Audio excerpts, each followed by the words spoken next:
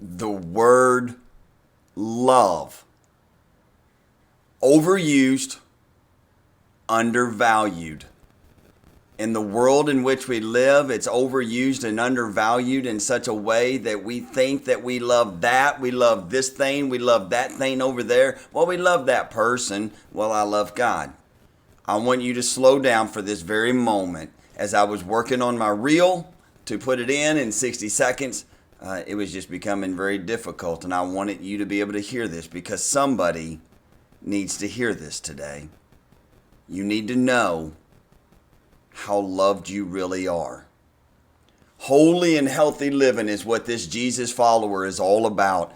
And I want you to be able to go conquer your day so you can conquer your life. And I firmly believe that each one of us need that coach in our life to help us get through, to figure out how to work our physical health, to work our mental, our spiritual, our relational, our financial. I want you to know and see that there are rays of hope for you today. And I have come to give you a ray of hope. And that hope is finding out that there is some love that goes way beyond what we could have imagined.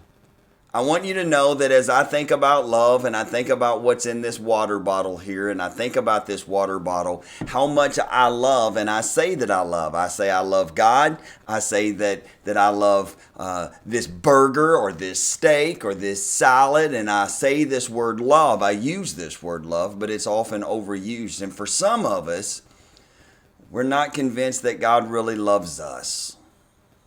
We think because of the circumstances, the situations, the struggles, the hardships. And you think there's no way God can love me. God doesn't even know I exist. There's no way He has enough love for me too. And when I think about our capacity to love, I think about this. But when I think about God's capacity to love, it's so overflowing. Comes with a promise. The rainbow is the promise. He gave long ago, and yes, it was about flooding the earth, and I see that, I understand that, I know that, but there's another thing that He does that I didn't know for the longest time.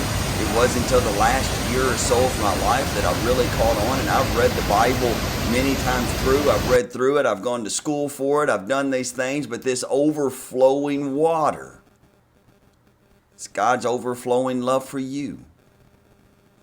See, the Bible tells me in Zephaniah chapter 3, verse 17, the last part of that verse, He will rejoice over you with joyful song. With joyful song. I want you to know that for your entire life, from the time before creation was done, He's been singing over you. He has a purpose and a plan for your life. You are not an accident. You are not a mistake. You are His creation. He has created you, and He loves you, and He has that purpose for you, and He is love. That love for you is overflowing and overwhelming. I think back to the days when I was holding my own children in my arms, and they would be crying. It would come time for bed, and would just look down, and there was a couple of different songs I would sing. I'm not a singer. I can't sing well, but I thought about it. And I thought, what about all those times that I was upset? God was singing over me. What about all those times that I was crying and He was singing over me? My kids don't remember me singing over them. Barely. And yet I did. Why? Because I love them. I want you to know this morning, or if you see this later on this afternoon, tomorrow, a year from now, that God has a divine purpose and plan for your life. And He loves you. He always has. And His love is unconditional. Don't allow the circumstances of your life to tell you that God doesn't know you are there. He does. Holy and healthy living is what this Jesus follower is all about. And I want you to go conquer your day so you can conquer your life.